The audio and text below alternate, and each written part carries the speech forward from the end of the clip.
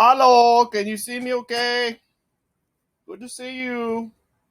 Um, so this is Todoist, okay? I wanted to show y'all this. This is really fun. Um, you know how they say all one system.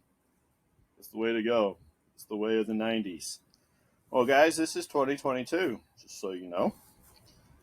And I wanted to show you something really cool. So I'm taking notes on a book called The Tipping Point in Obsidian, right here. Ta-da! That's not it. Here we go. The tipping. No, that's commands. Wow. Okay, so anyway, here's my notes on the tipping point. And if you go to copy Obsidian URL right there, I'll put this in Todoist like this. Um, Brackets, task, parenthesis, Obsidian link. Cool? You follow me so far?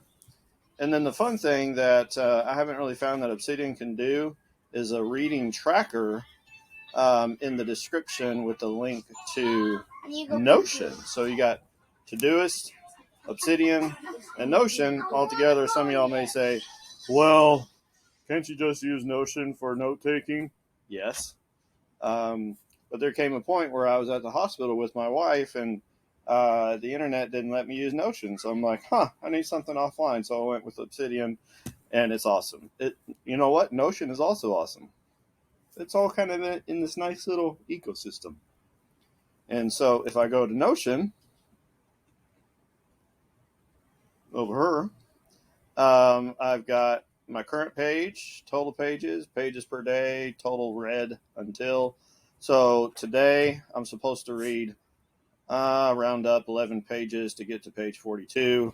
And I got this many pages left. And I gave myself a deadline of June the 17th because that is when our team at work is talking about this book. Y'all tell me if it's worth it in the comments. Okay. Okay. Y'all take care now. Todoist, Obsidian, Notion. Hey, they used to do this on Papyrus. We've come a long way, people. See ya.